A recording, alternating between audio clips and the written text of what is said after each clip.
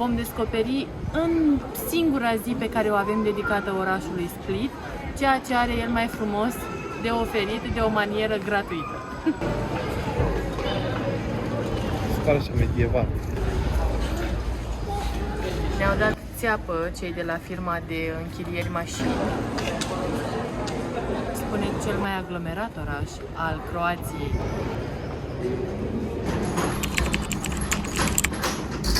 Bună dimineața, ziua 2 din Zadar.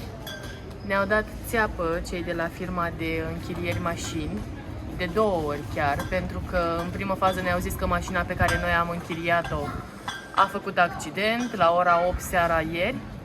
Și în cea de-a doua fază ne-au spus că nu mai au mașina pe care puteau să ne-o dea ca să înlocuiască mașina pe care noi am închiriat-o inițial.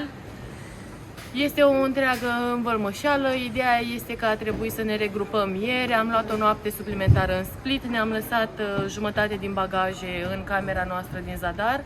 Ne-am luat o micuță traistă cu lucruri la noi ca să avem pentru 2 zile în Split, pentru că am luat noaptea și, mă rog, mâine o să ne întoarcem tot cu FlexiBus.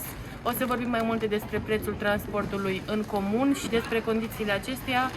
Și voiam să zic că mi-am luat mic dejun specific croat și anume ei mănâncă foarte multe dulciuri dimineața, așa că cine sunt eu să-i contrazic? Să mergem către autogară.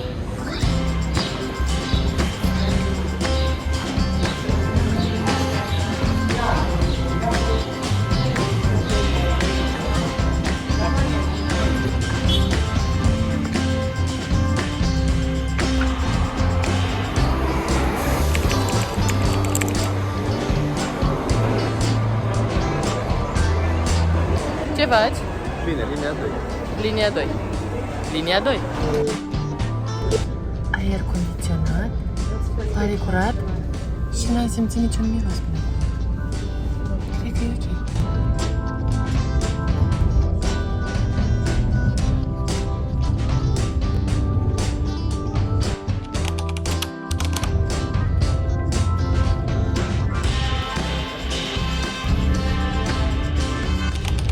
$25 sandwich-ul.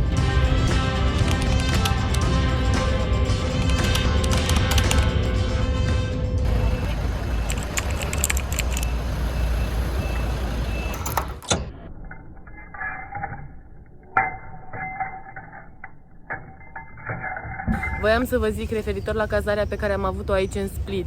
A fost o afacere tare bună, chiar am fost impresionată de atenția la detalii a proprietarei, respectiv aveai, de exemplu, parte de obeuri, de tampoane, cremă de mâini, dezinfectant. Chiar dacă este mai departe de centrul vechi, am dormit foarte bine, am găsit taxi la 5-6 euro mereu, am luat Uber sau Bolt de fiecare dată și a fost foarte convenabil. Am ajuns în 10 minute maximum cu taxiul în centrul vechi.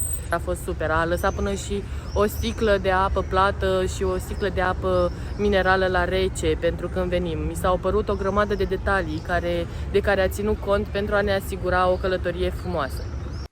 Aici este baia.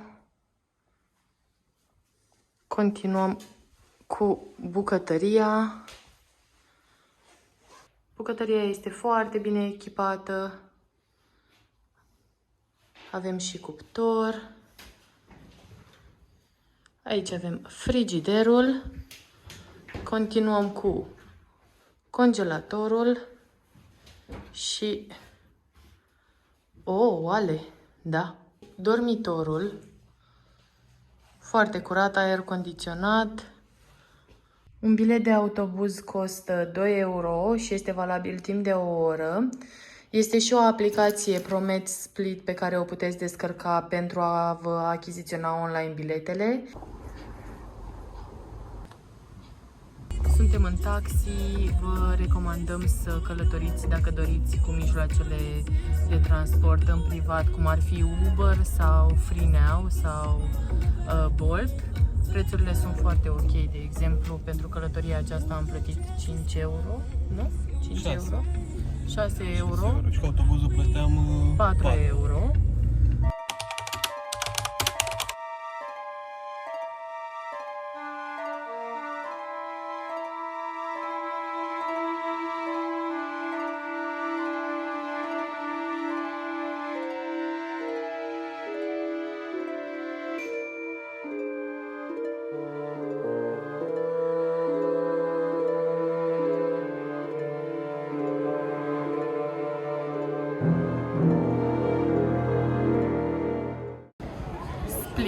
al doilea cel mai mare oraș din Croația, după Zagreb. Cel mai mare oraș de pe coasta dalmată și, dacă ar fi să mă întrebați pe mine, aș spune cel mai aglomerat oraș al Croației. Un loc care a devenit celebru, poate și mai și, în urma filmărilor care au avut loc în cadrul distribuției celebre Game of Thrones.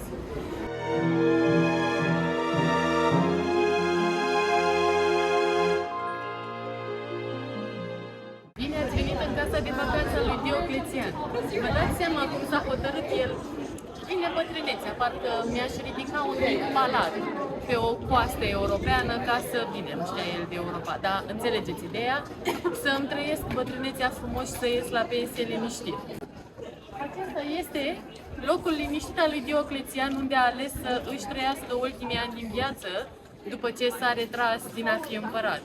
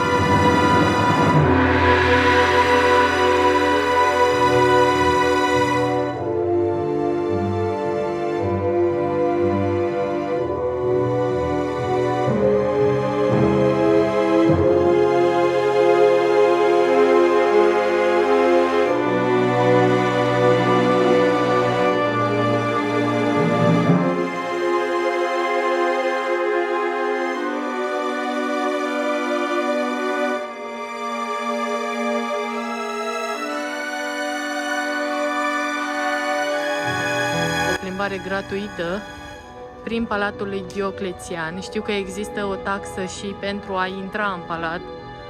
Am vizitat pe repede înainte Palatul lui Dioclețian.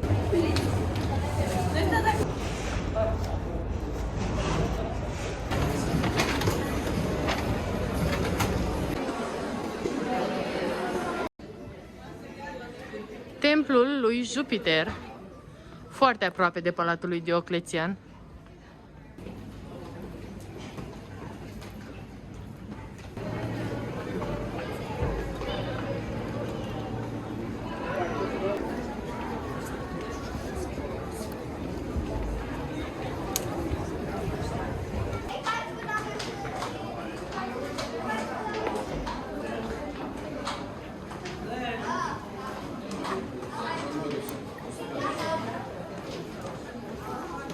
Interesant că nu pică pietrele astea.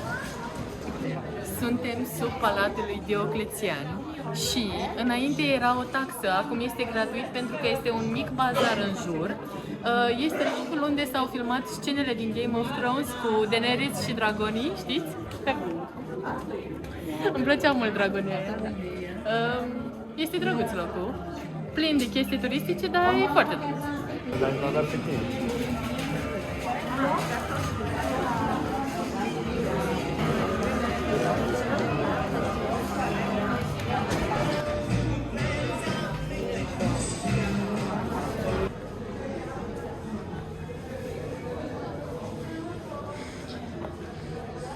Se simte umezeala, nu-mi dau seama dacă este mucegai sau... Mucegai e, nu? Vezi ce puternic se simte?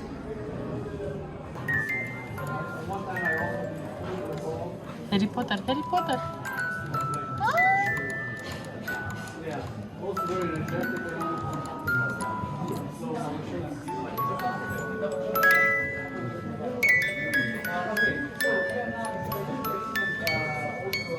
Ce frumos!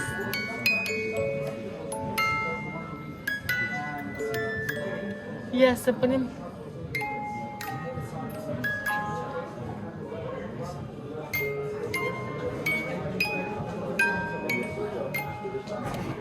Sunt slabă, l-am cumpărat pe ăsta cu Harry Potter. Uitați pe ăsta.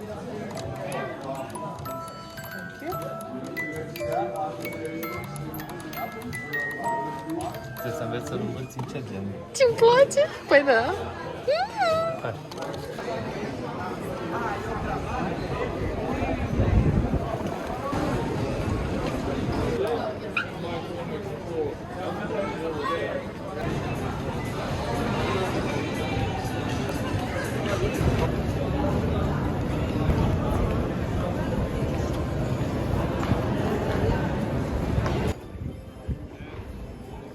Bună ziua! Aveți o cutie muzicală? Da, doriți să o cumpărați? Da. 7 euro. Na, scump, nenea, scump.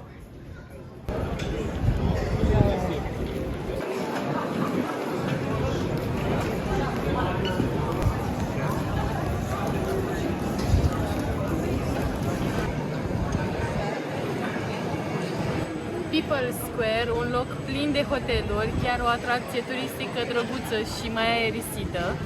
Nu pot să-mi imaginez cât ar costa aici să stăm, având în vedere că un fel de mâncare la un restaurant puțin mai încolo era 100 de euro.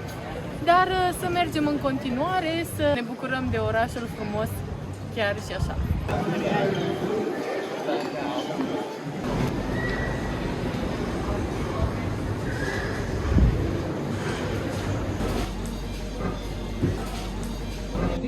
Ja bih rekao kako ti možeš da naučiš ovako drugačije, jer ti je lakše ti je postići normalno. Da, složim. Pogotovo ako ćeš pokaš pogotovo. A ti zapravo njega samo naslanjaš. Ne-am luat înghețată, e bună tare de tot.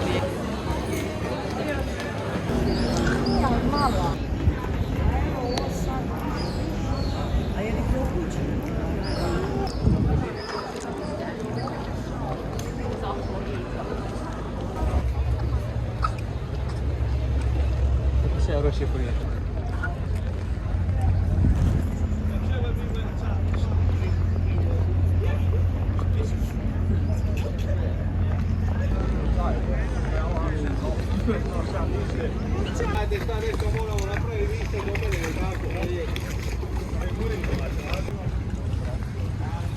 Faleza Riva, un loc în care trebuie să ajungeți dacă veniți în Split. Noi mergem să mâncăm ceva, că n-am mâncat astăzi, am fost cu autobuzul și am tot vizitat. Nu am apucat încă să mâncăm, vreau să mergem să mâncăm niște fructe de mare, deci...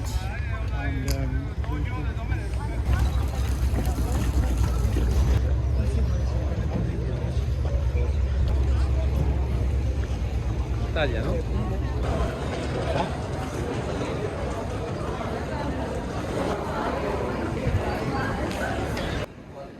Și că aici sunt cele mai bune fructe de mare, ia să vedem noi. La 0,5, 3,70 euro. Noi o să ne luăm mixed fish și... Ai auzit cum am zis fish? Fish. Și small fish. Mi-aduce de mâncare, vedeți? Providerul familiei. Bring my woman a little fish. Quicker. Deci, Andrei a dat comanda și a venit micuța noastră comandă. A mai rămas ceva în Adriatica, Andrei? A mai rămas? Să mâncăm!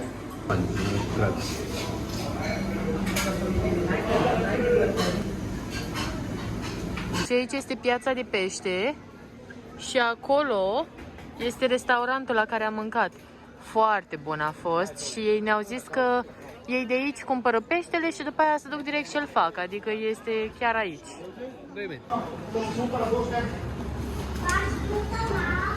Deci am văzut un loc unde era o coadă uriașă la înghețată și mergem să vedem. Și în continuare coadă. Mamă, este în continuare, nu pot să cred. Mergem să vedem de ce stau oamenii aici la coadă atâta timp.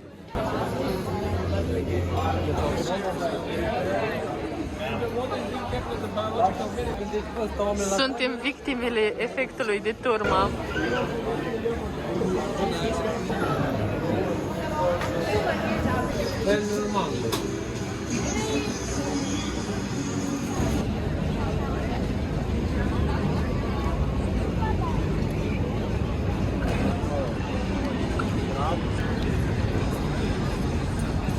Referitor referitor la Split, pe lângă faptul că este al doilea cel mai mare oraș din Croația, este un punct foarte bun pentru a vă rezerva diverse vacanțe.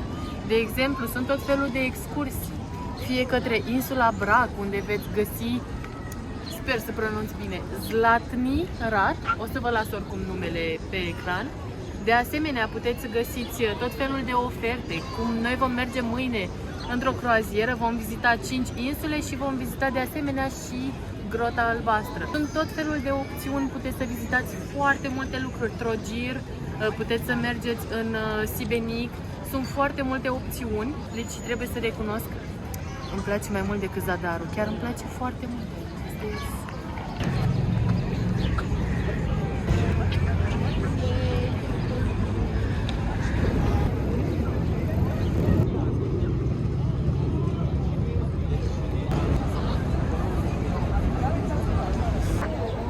Ai noștri români s-au plictisit, au zis, au citit canale, zice. N-au mai zis parte de valori.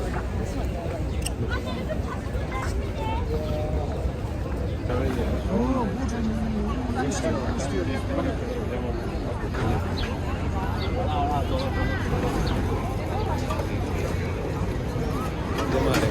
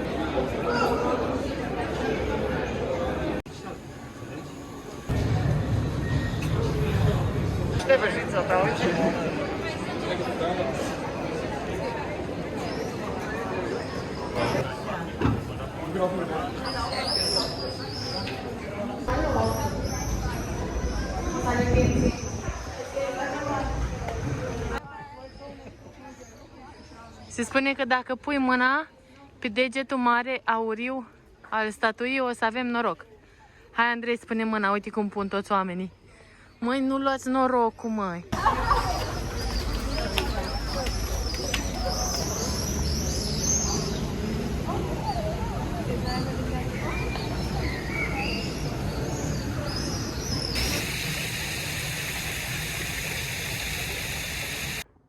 Deci vreau să vă zic că acum ne uităm pe Bolt și pe Volt.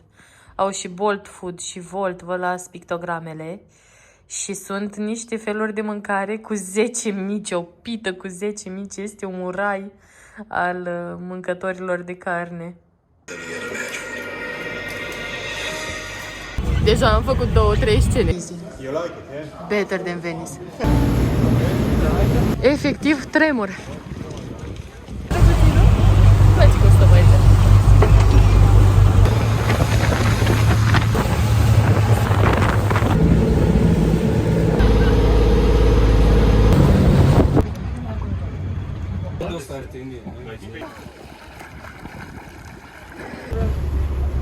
You can take a walk in the side.